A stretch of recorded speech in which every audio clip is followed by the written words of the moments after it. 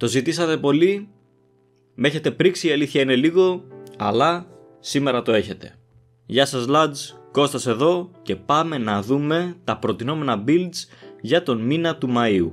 Όπως ξέρετε πολύ καλά, τα build μας, τουλάχιστον τους τελευταίους μήνες, αφορούν αποκλειστικά το gaming, όχι και τόσο πολύ το editing και αυτά, κυρίως γιατί για αυτούς τους ανθρώπους που ασχολούνται με editing και τα λοιπά, δεν υπάρχει καμία ελπίδα με τις σημερινές τιμές. Όμως επειδή έχουμε gaming builds, πρέπει να έχουμε και παιχνιδάκια. Και σε αυτό μπορεί να μας βοηθήσει ο σημερινός χορηγός του βίντεο, ο οποίος δεν είναι κανένας άλλος πέρα από το eneba.com. Το Eneba είναι ένα site το οποίο έχει πραγματικά χιλιάδες παιχνίδια μαζί με DLCs, gift cards και πολλά άλλα σε τρομερά καλές τιμές. Πέραν αυτού έχουν πολύ καλό support, αχρίαστο να είναι, όμως σε περίπτωση που το χρειαστείτε σίγουρα θα σας βρουν λύση στο πρόβλημά σας. Τώρα με τον κωδικό TheTechLads που θα βρείτε κάτω στο description μπορείτε να κερδίσετε 3% έκπτωση για κάθε αγορά σας, οπότε έχετε το υπόψη σας. Πάμε λοιπόν να ξεκινήσουμε με τα build μας και φυσικά ξεκινάμε από τα HTPC, τα οποία όπως μπορείτε να δείτε ανέβηκαν κατά 25 ευρώ και εδώ και εδώ. Λοιπόν, το πρώτο HTPC build 325 όπως βλέπουμε είναι σχεδόν το ίδιο, είχαμε μερικές μικροαλλαγές, κλασικά G405 Pentium, ένας πολύ καλός επεξεργαστής για αυτό το συγκεκριμένο build στα 50 ευρώ, 2 πυρήνες 4 thread. Είχαμε μία μικροαλλαγή στη μητρική όπου πήραμε την Gigabyte H410MH αντί για την MSI H410M A Pro. Πάνω κάτω ίδιες μητρικές είναι, πολύ μικρές διαφορές, νομίζω μόνο ότι η MSI έχει DVI output ενώ η Gigabyte όπως βλέπουμε έχει VGA. Νομίζω ότι σας βολεύει κιόλας, να σας πω την αλήθεια, οι περισσότερες οθόνες low cost τουλάχιστον VGA βγάζουν, όχι DVI. Ο λόγος που έγινε αυτή η αλλαγή είναι επειδή η Gigabyte είναι φτηνότερη, είναι στα 68 ευρώ όπως μπορούμε να δούμε εδώ πέρα, με πολύ μεγάλη διαθεσιμότητα, ενώ η A Pro άμα την ψάξετε θα δείτε πως δεν είναι στις ίδιες τιμές, είναι γύρω στα 75 ευρώ τέλος πάντων και δεν υπάρχει σχεδόν πουθενά, είναι παντού 4 με 10 μέρες ή 30 μέρες και παραπάνω. Εντάξει, βέβαια δεν έχω ελπίδες ότι η συγκεκριμένη μητρική θα φτουρήσει πάνω από καμιά εβδομάδα, συνήθως ό,τι προτείνουμε στα build μας ή ό,τι κάνουμε review έχει μια τάση να εξαφανίζεται από την ελληνική αγορά, αλλά τι να κάνουμε, πρέπει και εμείς να κάνουμε προτάσεις. Λοιπόν, πάμε όμως στις σημαντικές αλλαγές και η πρώτη από αυτές είναι εδώ πέρα ο NVMe μας. Δεν έχουμε πλέον τον Kingston A2000, τον οποίο την είχαμε κάνει review και ήταν ένας από τους πιο δημοφιλείς NVMe δίσκους για πάρα πολύ καιρό. Έχουμε τον KC2500 στην ίδια χωρητικότητα 250 GB, εδώ πέρα βλέπουμε πως είναι από το site του συνεργάτη μας IT Online, όπου αν μπορείτε να τους προτιμήσετε έστω και αν έχουν λίγο πιο τσιμπημένες τιμές θα έκανε καλό, γιατί μας βοηθάτε και εμάς έτσι άμεσα. Ο λόγος που γίνει αυτή η αλλαγή σε αυτόν εδώ το δίσκο αντί να πάμε στον κλασικό Α2000 είναι ότι άμα κοιτάξουμε ο KC2500 ο 250 είναι στα 41 και 4 στο Scrooge, ενώ αντίστοιχα ο Α2000 είναι στα 34 και 27. Αυτό σημαίνει πως έχουν μια διαφορά σχεδόν 6 ευρώ.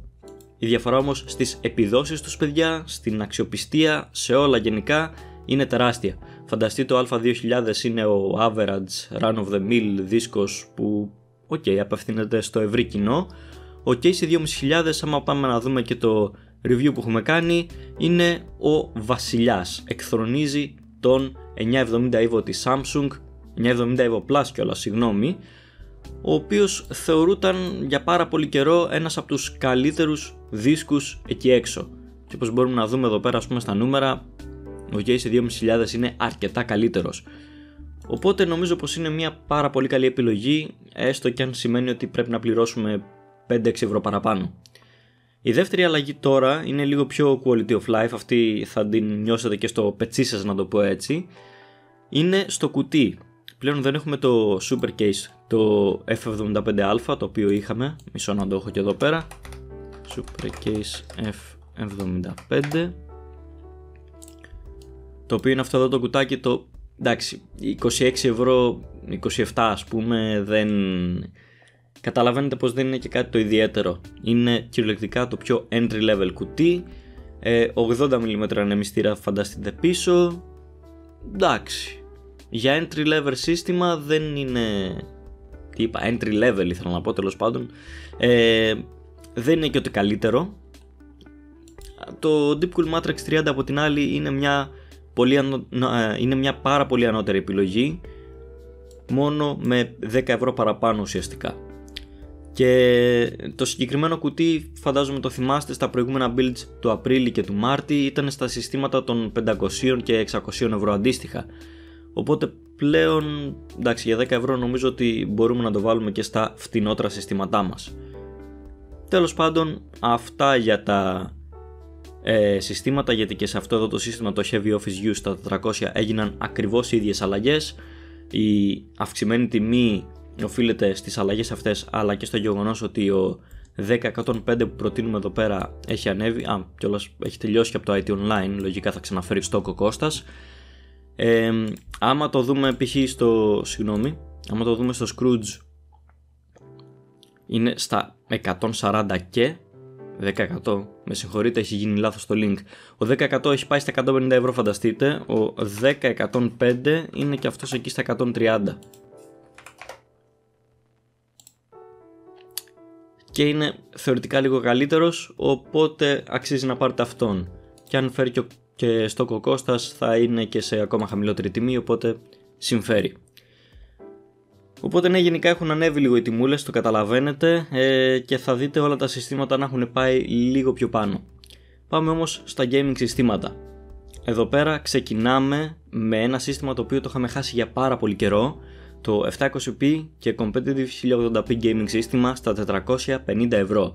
Ναι παιδιά, επέστρεψε, και μάλιστα δυνατά, γιατί πλέον στην ελληνική αγορά έχουμε τον Ryzen 3 4300GE μαζί με την Wraith Stealth.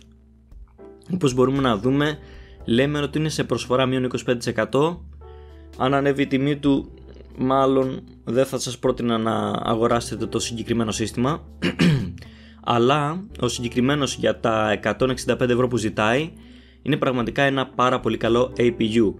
Είναι 4 πυρήνες, 8 threads, Zen 2 αρχιτεκτονική και έχει ενσωματωμένα Vega 6 γραφικά, δηλαδή ουσιαστικά ένα compute unit λιγότερο από τον δημοφιλή και πολύ αγαπημένο 4650G που προτείνουμε και έχουμε κάνει και review. Αποδίδει πάνω κάτω σαν 3200G, σκεφτείτε, απλώς από πλευρά επεξεργαστή είναι πάρα πολύ καλύτερος. Είναι σαν τον 3400G της 4000 σειράς, μόνο που και πάλι σαν CPU είναι αρκετά ανώτερος. Δηλαδή αν το πετάξουμε και μια κάρτα γραφικών πάνω, δεν θα έχει κανένα πρόβλημα να την σπρώξει. Είναι πάρα πολύ δυνατός. Οπότε πιστεύω ότι αυτό το μπιλντάκι αξίζει. Για κουτάκι έχουμε το MX410 MES G και πάλι έχει γίνει λάθος το link.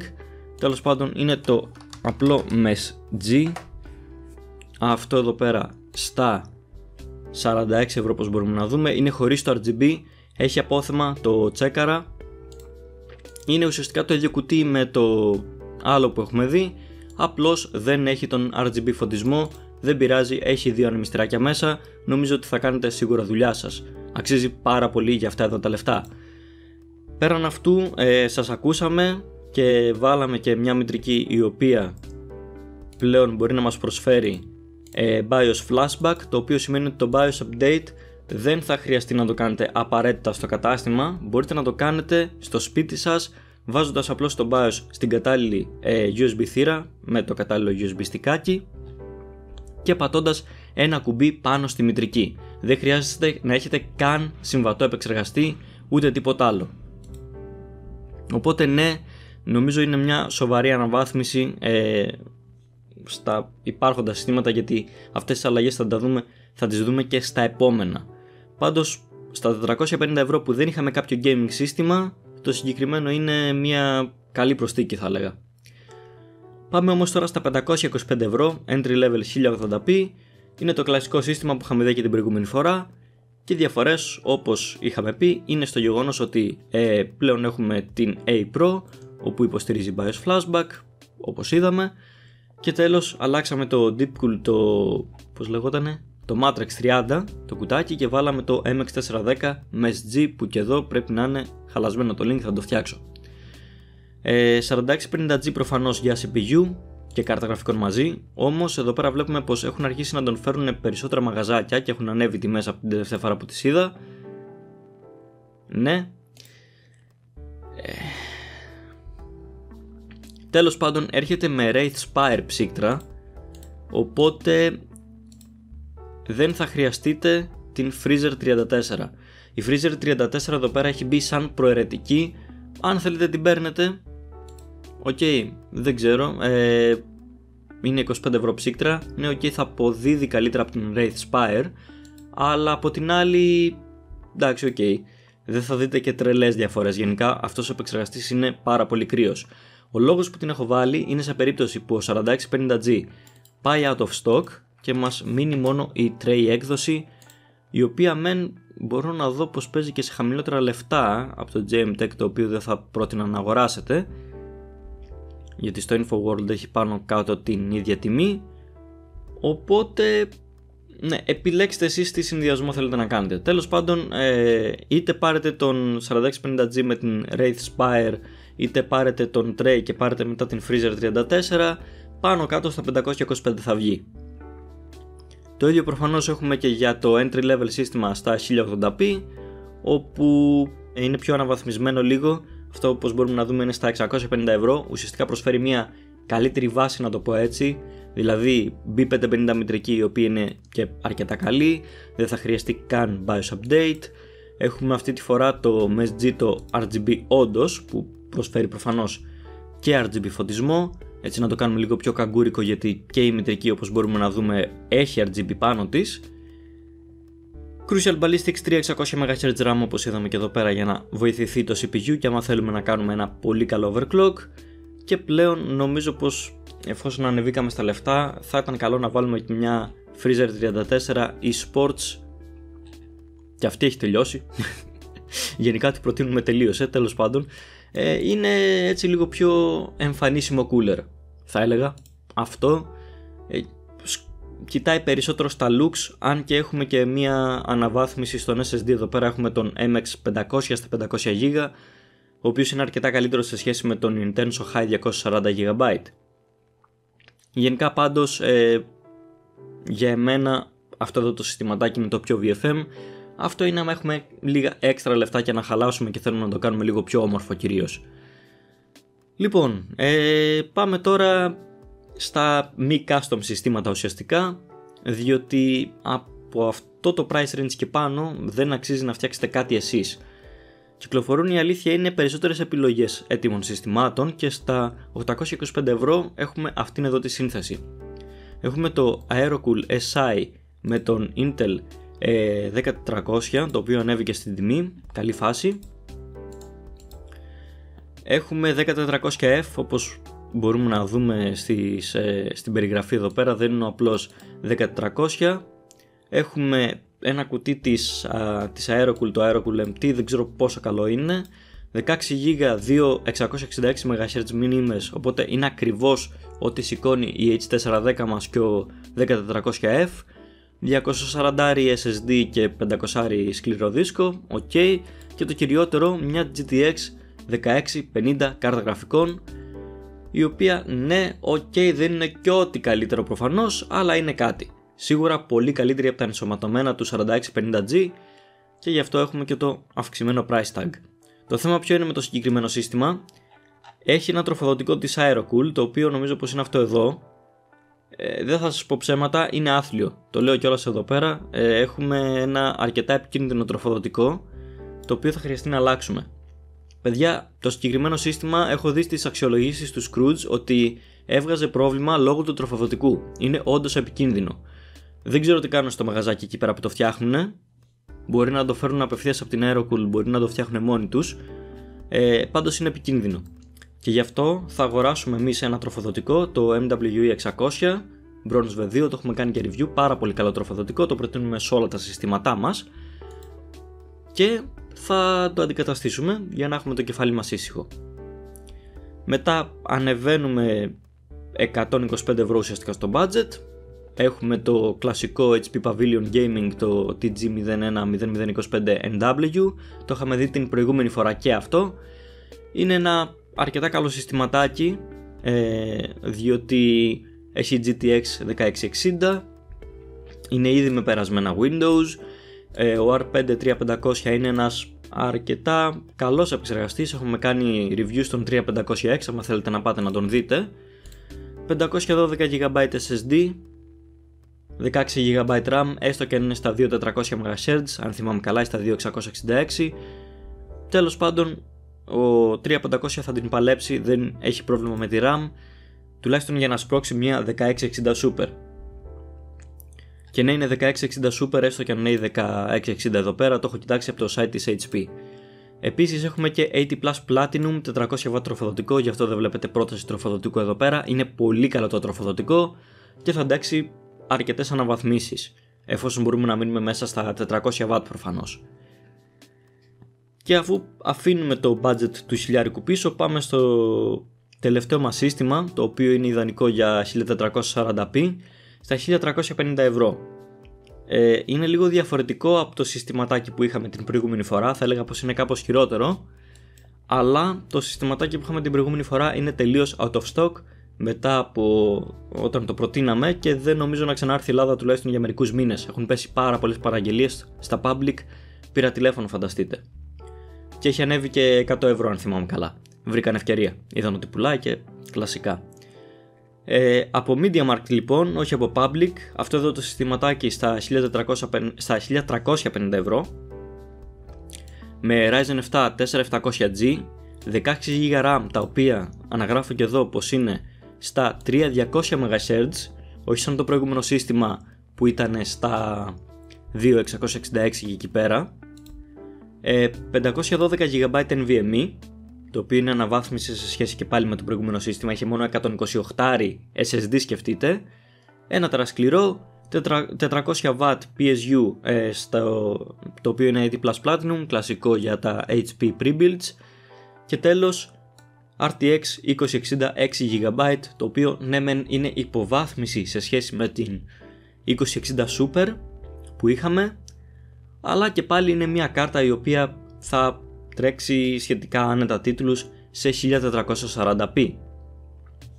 Λοιπόν, οπότε καταλαβαίνετε πως αυτό ήταν το σημερινό μας βίντεο, δεν έχουμε περισσότερα build να σας δείξουμε, οπότε σας ευχαριστώ πολύ που καθίσατε και το είδατε. Αν σας άρεσαν οι προτάσεις μας και βρήκατε γενικά το βίντεο ενδιαφέρον, αφήστε μας ένα like από κάτω, subscribe, καμπανάκι άμα δεν θέλετε να χάνετε τα τελευταία μας βίντεο, και μην ξεχνάτε πως ένα share μας βοηθάει τρομερά στο να επεκτηνόμαστε σαν κανάλι. Επίσης κάτω στο description έχουμε το link φυσικά για το website μας και τα build μας, τα social media μας, τον Discord server μας, όπως επίσης και το link για τον συνεργάτη μας, το οποίο είναι το IT Online, το κατάστημα που έχουμε πει. Μην βλέπετε αυτά τα κατόπιν παραγγελίας, γενικά θα έρθει stock και θα διευθυνθεί κάπως η κατάσταση. Απλώς επειδή προτείναμε και τα συγκεκριμένα κομμάτια και τον προηγούμενο μήνα, έχουν πέσει αρκετές παραγγελίες, πιστέψτε με, και δεν προλαβαίνει ο Κώστας που έχει το κατάστημα να φέρνει ουσιαστικά. Τέλος πάντων, αυτά από εμάς, αυτά από εμένα μάλλον, γιατί ο Νικηφόρος ακόμα παλεύει με την πλάτη του και για όσους ρωτάτε, ναι, είναι καλύτερα και σε μερικές εβδομάδες μάλλον θα τον ξαναδούμε πίσω. Θα τα ξαναπούμε στο επόμενο βίντεο της Κυριακής, το οποίο θα είναι ένα case review και συγκεκριμένα ένα case review πάνω στο NZXT H510i. Μέχρι τότε βέβαια να περνάτε καλά και να βγαίνετε έξω τώρα που είναι πιο χαλαρά τα μέτρα προστασίας και μπορούμε να πάμε να πιούμε και κανένα καφέ.